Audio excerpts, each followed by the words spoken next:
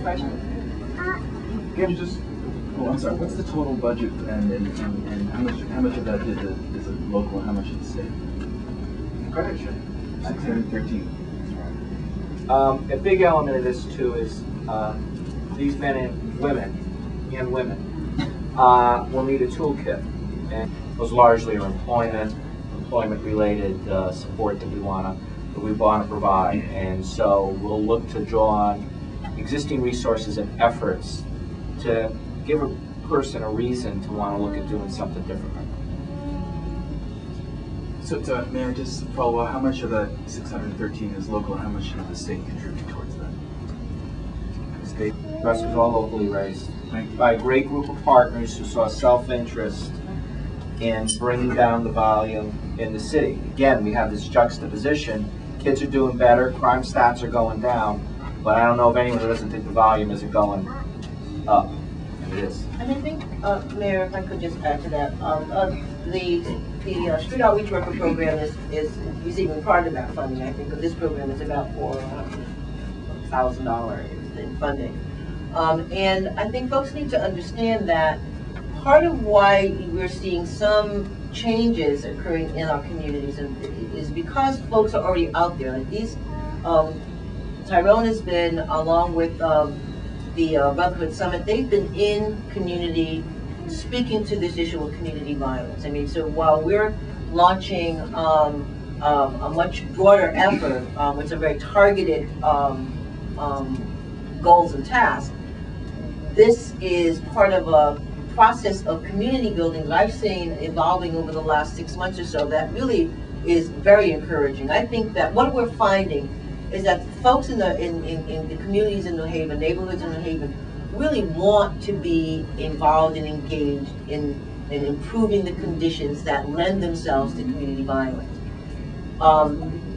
We're now giving them vehicles and some assistance in thinking about how to engage and what it takes to create and to sustain healthy communities that support young people. I mean, that's been the New Haven Family Alliance's goal in driving force is supporting the growth and development of families and young people in New Haven, and it's just been it's really been uplifting to hear, see, and feel what's going on in the community in New Haven currently. We just had an event over at in the Kensington Dwight area over the weekend where there were 300 kids, right? Yes, the whole weekend there were families, basketball tournaments, fashion shows right in the Dwight Kensington area.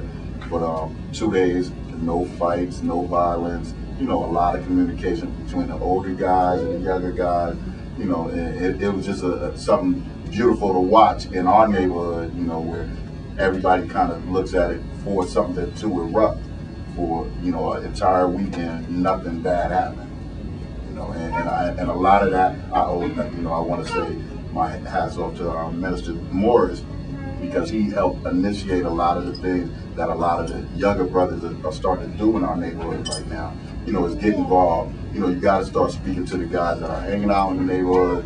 You know, let them share what you've been through, what we know what they're going through. You know, and until we start engaging them and talking with them and letting them know what's going on, you know, hearing what they're going through, you know, we can make some differences in our neighborhood. And we've seen that over the weekend. Question. Although this is street outreach, will you also have a referral program?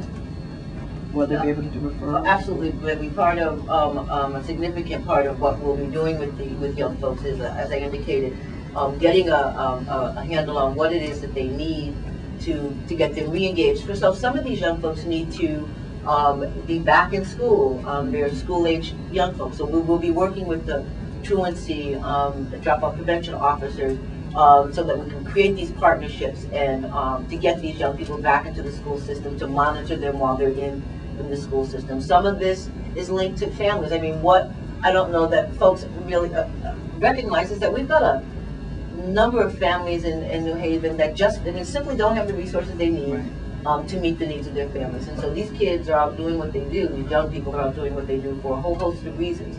And so where we can support families, and part of the part of what the agency brings is a mechanism to support families as well as these young folks. And some of these young folks actually feeding their brothers and sisters. So if we can begin to address some of the reasons why these kids or young people are where they're at when trouble erupts, or the reasons why they feel the need to handle things the way that they do, then I think we can begin to see a reduction in the level of violence we already have. Very important that when these brothers, give their word, that's their bond. When they cannot say something that they cannot deliver, because if they can't deliver whatever they say, then their credibility is going to go down. You got to understand, this program will already be under suspicion because it's never happened before. It's brand new, and given the lifestyle from the past, they'll say, "Whoa, where this coming from?" So, and whenever we try to do good, whatever, particularly, I say black men try to do good. There's something about doing good that has a suspicion to it. Because how we're looked at and the things that we do. But they understand that they got to go out there with love. They got to go out there with compassion.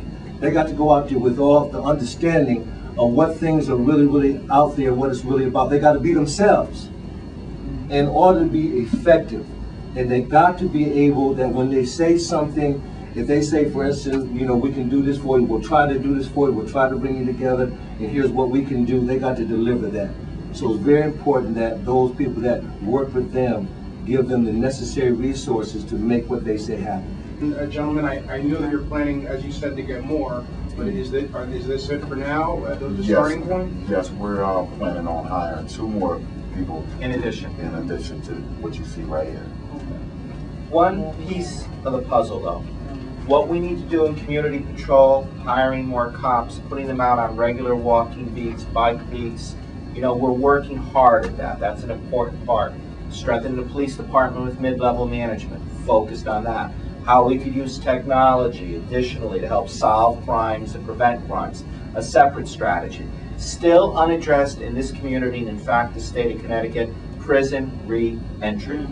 Over half the people who get shot and do the shooting, it is not their first involvement with the criminal justice system, and I'm talking as adults.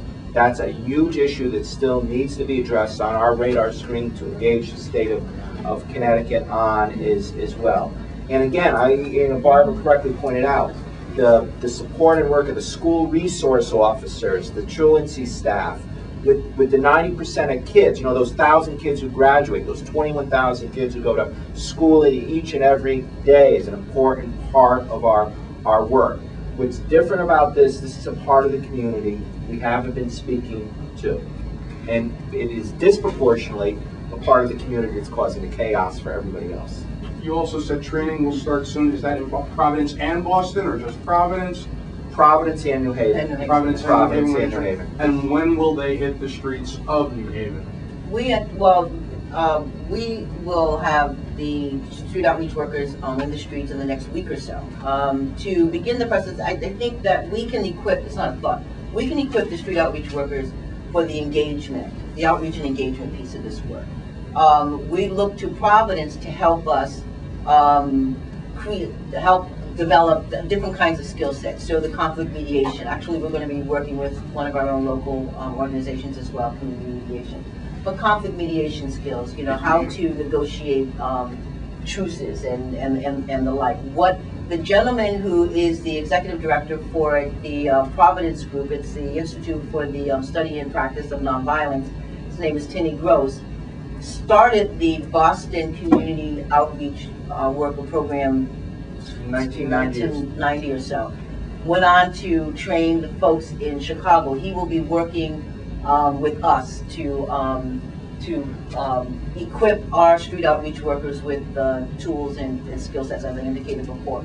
But what these young men bring to the effort is a knowledge of New Haven, some credibility, some street credibility with the young folk that we want to engage. And as I indicated before, they've been able to turn their lives around and So they'll be able to talk to these young people about how to turn theirs around. Challenge is that I think some folk see with respect to this new program, which is very new for us, I feel very new, is that there is a partnership between New Haven Police Department and the street outreach workers. And these young men all come with you know, their own kind of neighborhood, you know, their neighborhood experiences. And so, and our kids got this snitching thing in the streets. I guess my question, and this is it's not really a question, but it's just a thought of how you're going to separate yourselves, because one of the worst things in the world would be is to not have young people trust in really communicating with you, because let's be honest and real about who this 5-10% of young people are. I mean, unfortunately, who they see, you know, I mean, the partnership itself. And so I'm looking at you guys, and I know many of you, and I know that you're going to be able to hit the streets and do what you need to do. But I you know, many of us, you know, feel like the biggest challenge is going to be how you separate yourselves. Most of these guys that you see behind us, we all are from the streets. Yeah. And, you know, we know that we need the police to have us, to support us in a way, but everybody on the street is gonna know that, you know, this program we don't work with the police. You know, if you talk with us, we're not gonna, you know, share your confidence, you know, with the police officer. You know, we want everybody to know the police are necessary in the community. You know, and we know that, they know that, you know, but when you're dealing with us, you're dealing with us. You know, our main thing is, you know, to deal with you on a one-on-one basis, find out what we can do to make your life better, what we can do to help you. You know, and by no means, everybody knows, you know, me, myself, and all these guys here, we've never had a great relationship with the police. You know, well, we want the community to know that, you know, we had their support. You know, so when you see us out there, don't think that we are police officers, or that we're working with the police to lock you up. What we're out here to do is to hook you up with some of the educational programs, training programs, and, you know, hopefully at the end, help you find a job, you know, something that you can better your life, where you don't spend the next 24 years of your life in a prison cell somewhere, you know, and then coming out, like the mayor was just speaking of, on re-entry problems, where after spending 24 years in jail, you're gonna come out and still be lost, you know. Thank you. And I think that it's not what we are youth, essentially youth advocates. This is something that we've been talking with our Providence counterparts about, and our role is to advocate for a group of young people that, quite frankly, nobody advocates for. And we are going to be looking to the police department to provide us with some information so that will help us better identify when we need to intervene in situations that could lead to community violence. And I think that I think some of the initial challenges are going to be around the fact that communication process is not a reciprocal one. You know, that we do not, we will not be talking to the police about what information that we might gain from our young folk, but we really do expect the police to talk to us and help us identify those relationships, conflict situations that will require, that can use, that where we can intervene and perhaps and hopefully stop some things from happening. And we're going to be looking to the folk from Providence to help us concretely, to know concretely how does that work. They've done it there, they've done it successfully, not without some challenges along the way. So we'll be learning from their experiences as well. But they've got a good relationship with the police department in Providence. Why don't we do this? If you have any specific questions, we'll stick around, you can ask us. Thanks for